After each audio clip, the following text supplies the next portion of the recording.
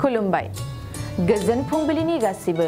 बडलेण्ड बुब्लिनि अनसायगिरिफोरखौ बरायग्रोबाय दिनै 30 मार्च बृहस्पतिबारनि फानजामुथिखौ फरायथिनो लादों खिलिखां ब्रह्मआ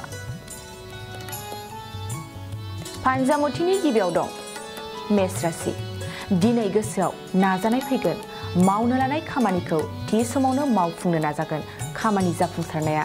नाजाथाबनायनि सायाव सोनारगोन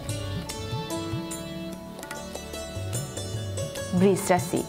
बेफार फालांगियाव मोजां जानाय नङा मुवा बेसादफोरनि फालांगियाव खहा जागोन फालांगिजों आंखाला सुफुंनाय नङा मिथुन राशि देहानि थाखाय मोजां बेमार आजारनिफ्राय देहानि जेंनाया उदां जागोन गोग्गो देहाजों जेराव दावगानो हागोन कर्कट राशि मबेबा मोनसे जेंनानि थाखाय साजा मोनगोन दिनै नोंथाङा दुखुजों भुगिनांगोन गावनि दायखौ सिमान लागोन सिंह राशि मोजां सान दिनै नोंथाङा सोरबा जर'खा सुबुंखौ लोगो मोनगोन गावनि गोसोनि साननाय हनाय बाथ्राफोरखौ लोगोनो फोरमायगोन कन्या राशि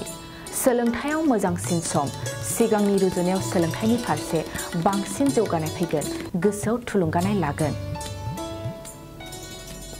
तुला राशि धोरोमनि फारसे जोथोन लानाय नङा समाजाव सावरायजागोन गावनि नखरखौ धोरोम गैयै बायदि सानना लागोन वृश्चिक राशि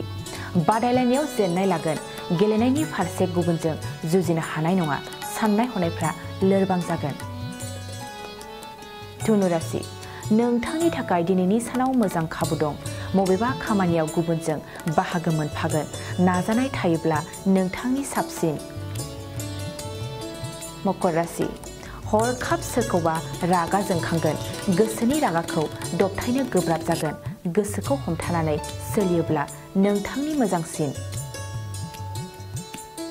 कुम्भ राशि बिसि फिसायनि गेजेराव नांलायनाय जागोन एसे जेंनाखौनो गिदिर खालामगोन दावराव दावसिजों सोमोन्दो गावस्रानो हागौ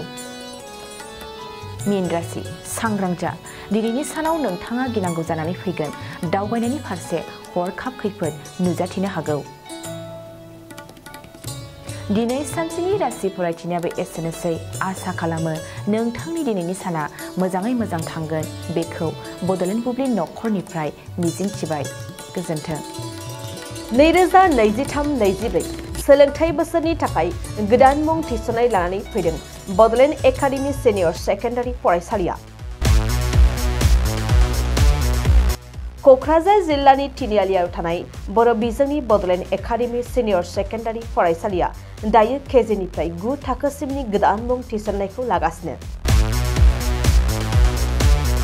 बडलेण्ड एकाडेमि सिनियर सेकेन्डारि फरायसालियाव गुनगोनां सोलोंथाइ होनायजों लोगोसेयैनो नोंथांमोना बे फरायसालियाव थानाय जानायनि हस्टेल खाबुखौ मोननो हागोन बेजों लोगोसेयैनो बे फरायसालियाव एक्सट्रा टिउसन आरो इंलिश स्पीकिंग कर्सखौबो फरायसाफोरनो होनाय जायो गोसो गोनां फरायसाफोरा मुं थिसननायखौ बाङाय बेसेनावनो मोननो हागोन